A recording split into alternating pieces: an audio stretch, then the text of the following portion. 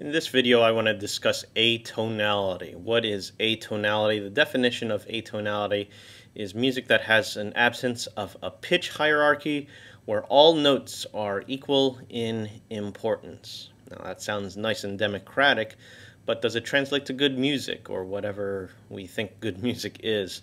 If you've ever gone to a concert or listened to music where it sounded like the performers were just singing random notes, then it was very likely that that composition was an atonal piece.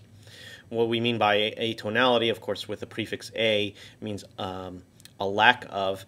So if we just talk about the word tonality, tonality is a lot of the music that we've listened to where it was in either a major key or a minor key, where the tonic pitch around all the other pitches are oriented, where something like C major, everything was centered around the C major tonality. Right?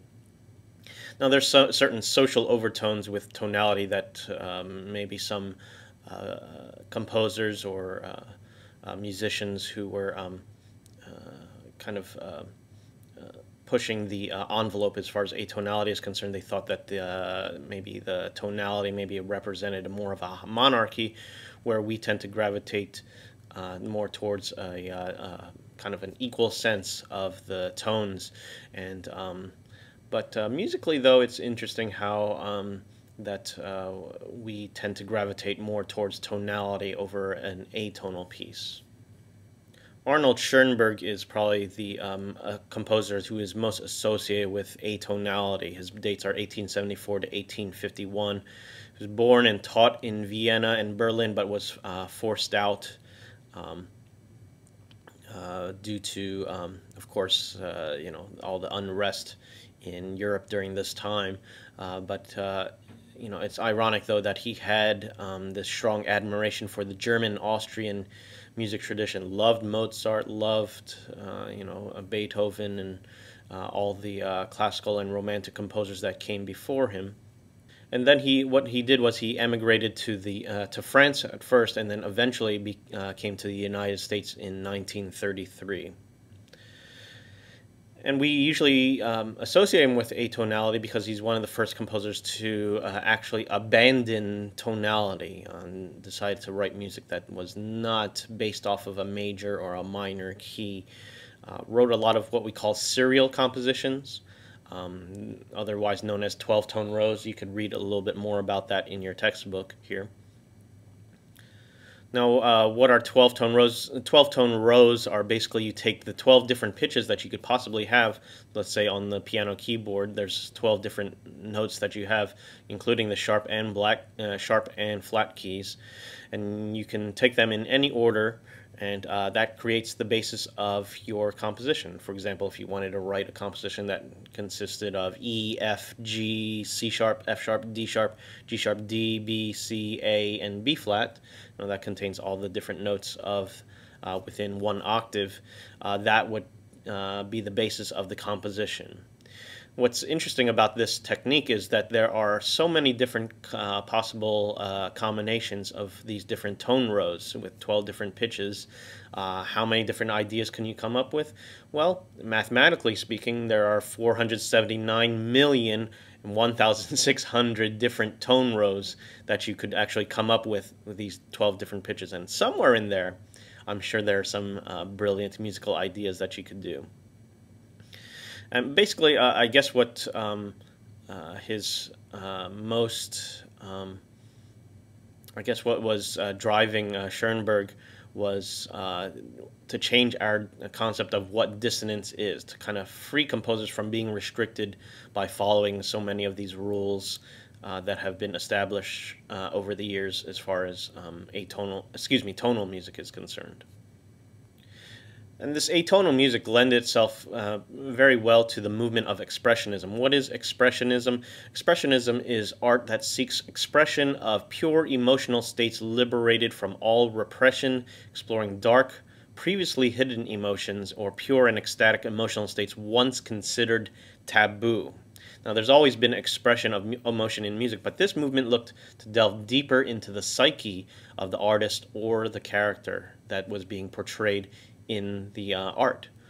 Expressionistic music is not usually pleasant to listen to, so don't approach it hoping to be entertained, but a lot of times it's thought of as a therapeutic outlet.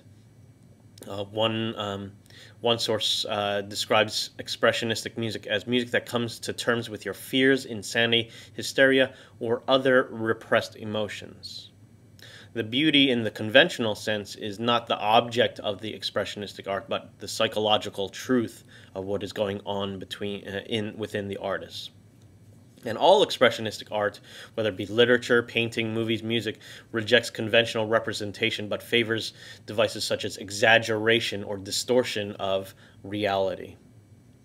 Some of you might be familiar with this particular expressionistic art piece called The Scream by Edvard Munch.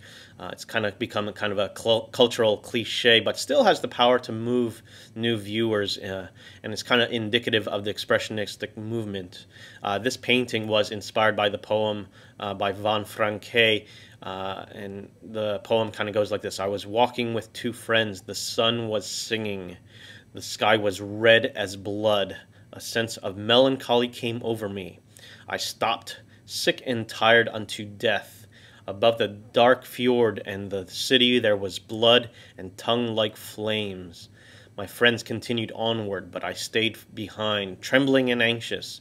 It was as if a scream were tearing through nature. So you can hear through the language that inspired this particular painting, the use of words such as blood, comparing the sky as red as blood, and trembling and anxious, this tongue like flames, using all these different exaggerated imagery to really delve into how the subject in this particular case is feeling, really delving into the fears and psyche of the artist.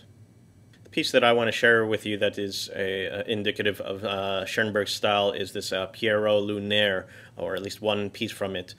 Pierrot Lunaire translates to this moonstruck Pierrot, and it is a collection of expressionistic songs that centers around this character Pierrot, who's a clown, but is also representative of the misunderstood modern artist. The piece that we're going to be listening to is Moondrunk, and there's a vocal music guide in your textbooks on page 324 to 325, and it's in a rondo form. But what unifies the piece is the use of the ostinatos and recurring motives, but it is an atonal piece, so you'll get that sense through this example here. It's also scored for voice, piano, flute, violin, and cello, which is kind of a unconventional instrumental grouping, to say the least. Another thing that you want to listen out for in this particular example is Shirin Berg's singer's use of the technique called Sprechstimme.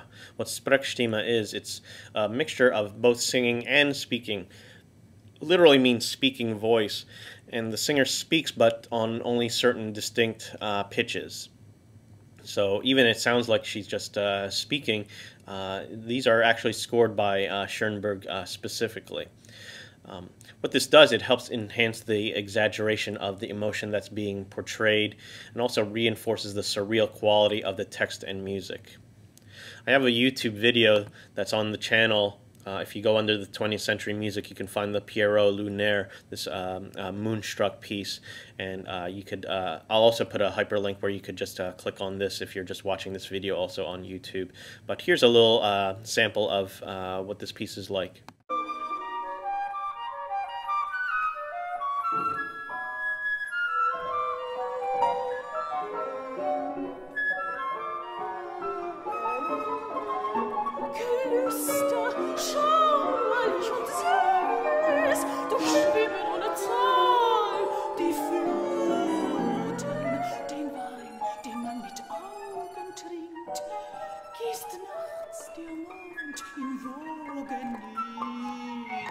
Again, you don't want to go into this piece as far as trying to be entertained. I don't think it was intended to be that way, but more of an expression of some, deeper rooted emotions and possibly even emotional problems, kind of a therapeutic outlet for many of these artists.